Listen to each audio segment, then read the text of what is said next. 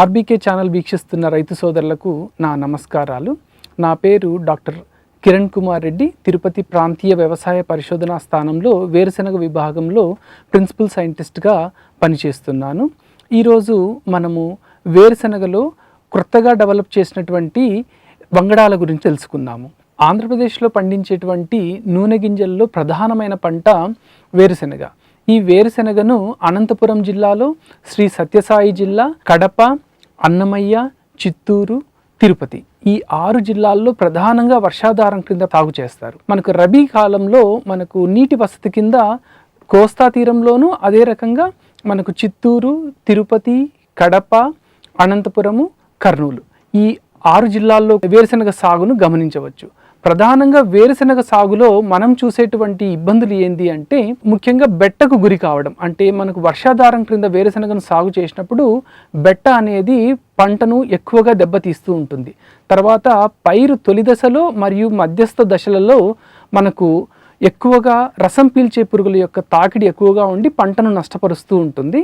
పంట చివరి కాలానికి వచ్చేసరికి తిక్క ఆకుమచ్చ తెగులు అనేది పంటను ఎక్కువగా ఆశించి పంట యొక్క పప్పు శాతం దిగుబడి తగ్గిపోయేదానికి ఆస్కారం ఎక్కువగా ఉంటుంది. ఈ సమస్యలు అన్నింటికీ పరిష్కారంగా మనము ఏ రకంగా వేరుశెనగ సాగును లాభసాటిగా చేసుకోవచ్చు అంటే ప్రధానంగా రకాల ఎంపిక అనేది వేరుశెనగ సాగులో చాలా ముఖ్య భూమిక పోషిస్తుంది.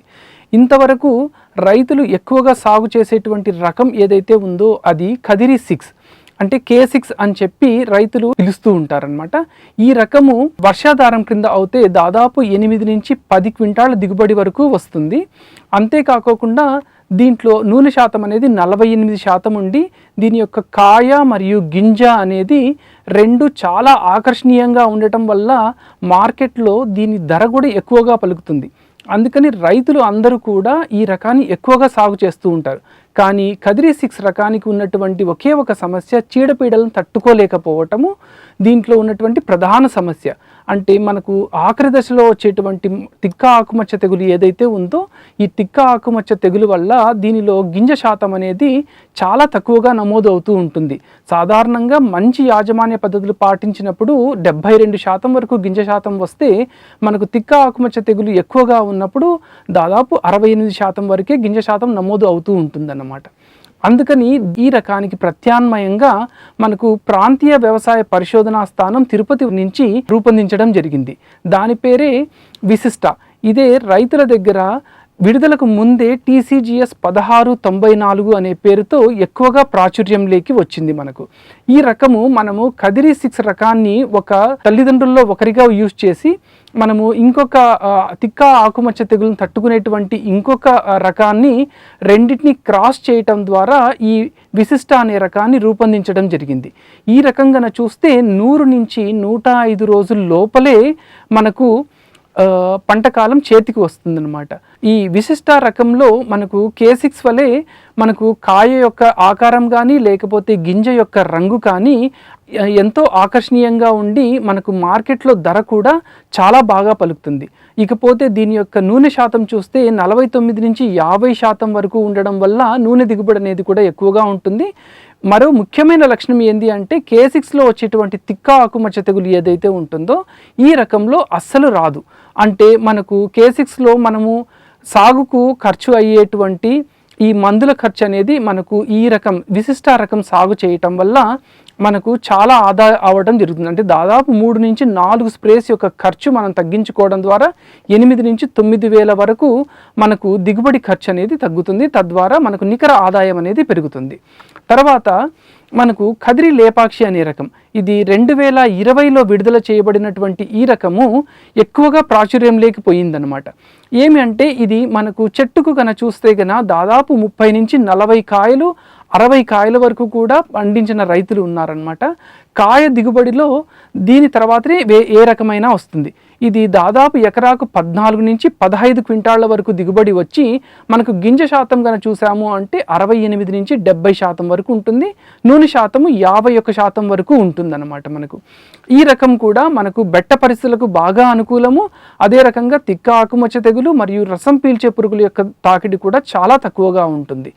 తర్వాత మనకు తిరుపతి ప్రాంతీయ వ్యవసాయ పరిశోధనా స్థానం నుంచి విడుదల చేయబడినటువంటి రకము నిత్యహరిత TCGS 1157 అనే నంబర్తో విడుదల చేయబడినటువంటి రకము ఇది. ఈ రకము కూడా మనకు చాలా పొట్టిగా ఉంటుంది. అంటే మనకు సాధారణంగా రైతులు పండించేటువంటి ట్యాగ్ 24 అనే రకం ఏదైతే పొట్టి రకం అంటారో ఆ రకం వలె ఇది చాలా పొట్టిగా ఉండి దీనిలో 3 పప్పుల కాయల శాతం అనేది చాలా ఎక్కువగా ఉంటుంది. మనకు ఎకరా దిగుబడి కన్నా చూస్తే కన్నా దాదాపు మనకు 10 నుంచి 12 క్వింటాళ్ల వరకు దిగుబడి వస్తుంది. అదే రకంగా పప్పు శాతం కన్నా చూస్తే 72 నుంచి 75% పప్పు శాతము మరియు 49 నుంచి 50% వరకు నూనె శాతం కూడా నమోదు చేయడం జరుగుతుంది. మరి ఈ రకం యొక్క పంట కాలం చూస్తే ఖరీఫ్లో 110 నుంచి 115 రోజులు కాల వ్యవధి తీసుకుంటే రబీ కాలంలో 115 నుంచి 120 రోజుల వరకు ఇది పైరు పక్వానికి వచ్చేదానికి సమయం తీసుకుంటుంది. మనము తర్వాత రకంగా చూస్తే నారాయణి. ఈ రకము మనకు అన్నమయ్య జిల్లాలో ఎక్కువగా సాగులో ఉండడం చూస్తాం. ఈ రకం యొక్క ప్రత్యేకత ఏమిటి అంటే ఈ రకము ఎర్రగింజ పప్పు కలిగి ఉంటుంది. దీనిలో నాసుల శాతం అనేది చాలా తక్కువగా ఉంటుంది. గింజ యొక్క నాణ్యత గన చూస్తే గన మనకు మంచి ఎరుపు రంగులో ఉండి మడతలు లేకోకుండా చాలా ఆకర్షణీయంగా నున్నగా ఉంటాయి. మరి రకం కూడా 100 రోజుల లోపలే పక్వానికి రావటం వల్ల ఖరీఫ్ కాలానికి వర్షాధారం క్రింద అత్యంత అనుకూలమైన రకంగా మనము చెప్పుకోవచ్చు. తర్వాత రకము కదిరి అమరావతి.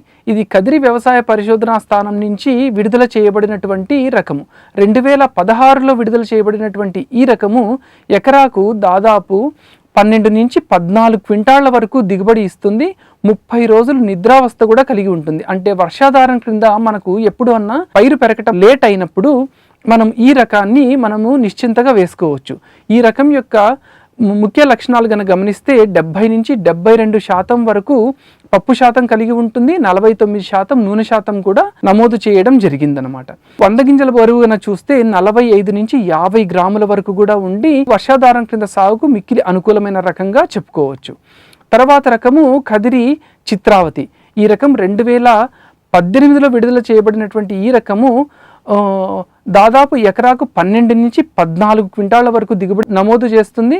మరి యొక్క గింజ యొక్క పరిమాణం చూస్తే 100 గింజల బరువు దాదాపు 50 నుంచి 55 గ్రాముల వరకు కూడా ఉంటుంది.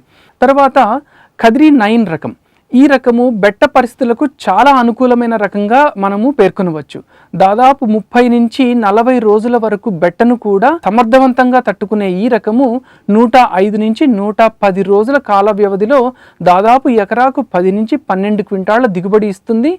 నూనె శాతం విషయానికి వస్తే ఈ రకంలోని అత్యధికమైన నూనె శాతం 52% వరకు నమోదు చేయటం జరిగింది. అంతేకాకుండా పప్పు శాతం కనుక చూస్తే 70 నుంచి 72% వరకు పప్పు శాతం కూడా చూడగలము. 100 గింజల బరువు గన చూస్తే గన దాదాపు మనకు 38 నుంచి 40 గ్రాములు 100 గింజల బరువు నమోదు చేయటం జరిగింది. తర్వాత రకము కదిరి హరితాంధ్ర. ఇది కూడా మనకు 110 నుంచి 115 రోజుల కాల వ్యవధిలో చేతికి వచ్చే ఈ రకము మనకు 100 గింజల బరువు గన చూస్తే 40 నుంచి 42 గ్రాముల 100 గింజల బరువుతో ఎకరాకు దాదాపు 12 నుంచి 14 క్వింటాళ్ల వరకు మనకు కాయ దిగుబడి ఇస్తుంది.